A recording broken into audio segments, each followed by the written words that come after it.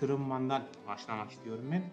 Çok önemli yine büyüklerimizden Emel dergimizin, derneğimizin 1955'te kuruluşunda ilk başkanlığını da yapmış. Hatta büyük bir yolbaşçımız diyebiliriz. Hemen hayat hikayesini de kısaca ben anlatayım.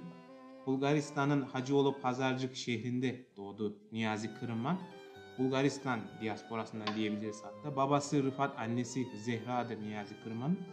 Babasını küçük yaşta kaybettiğinden 1919 yılında Türkiye'ye gelerek tüccar olan dayısının yanına yerleşiyor Niyazi Kırımman. Küçük yaşta yaşadığı bu kayıptan dolayı. Ve bu süreç sonrasında 1937'de tek başına ticari hayata başlıyor Niyazi Kırımman. İş hayatına atılması böyle bu şekilde gerçekleşiyor. Ankara Ticaret ve Sanayi Odası'nda yönetim kurulunda da seçiliyor Niyazi Kırımman. Bu şekilde yükselmeye de devam ediyor aslında. 1937 yılında evlilik hayatına giriyor, evlenerek Hediye Hanım ile evleniyor. Bu evlilikten de Pekin adı altında bir oğlu dünyaya geliyor Niyazi Kırımman'ın. Evet, önemli noktalara baktığımızda hani milletimize hizmet için hayat hikayesinden sonra Ankara'da Kırım Türk Kültür ve Yardımlaşma Derneği'nin kurucularındandır. O 1955 yani bilirsiniz Kalakayısı'nda siz de ilk Ankara'da kurulan o dernekleşmenin ilk başladığı yıllarda Ankara'da kurulan derneğimizin başkanlığını da yapıyor Niyazi Kırımman.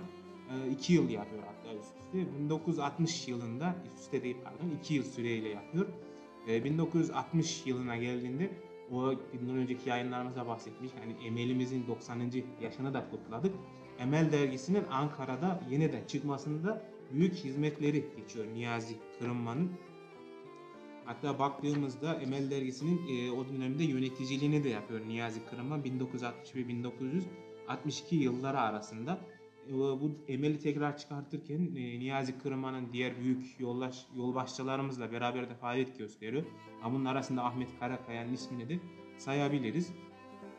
Niyazi Kırımman bu kadar büyük hizmetlerde bulunurken bu yaş döneminde genç denilebileceğimiz hatta genç dediğimiz yaşında hayatını kaybediyor 13 Şubat 1967'de.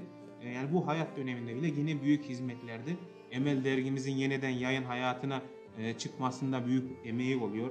Ankara'da derneğimizin kurulmasında, o dernekleşmelerin yapılmasında da yine büyük faaliyetleri bulunuyor.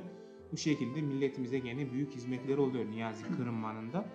Ancak dediğimiz gibi genç diyebileceğimiz bir yaşta aslında acı bir kayıp olarak hayata veda ediyor Niyazi Kırımman. Aramızdan ayrılıyor 13 Şubat 1967'de vefat ediyor Niyazi Kırımman. Tekrardan ruhu şad olsun. Yaptığı hizmetleri unutmadık. Bundan sonra da unutmayacağız. Diğer büyük yolbaşçılarımızı da unutmadığımızı bir kez daha hatırlatalım. Elimizden geldiğince hatırlatmaya devam ediyoruz. Kullandığım kaynaklara da hemen aktarayım ben kısaca. Emel dergimizin 39. sayısından faydalandım. Orada gene Emel'de büyük bilgiler de bulunmakta. Daha sonra Zafer Agamızın Kırım Haber Ajansı'nda çıkan 90 yıl önce yanan Kırım Ateşi Emel dergisini anlatan yazısından faydalandım.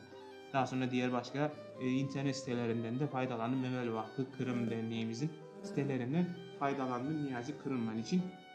Bu şekilde ben kısaca Niyazi Kırımman'ı aktardım. Büyüğümüzü de yad ettik diye düşünüyorum ben Kalakay. Sen ne demek istersin, söyleyeceğim bir söz var mı? Benim söylediğim gibi ben de sınırsız bir şekilde Allah rahmet eylesin.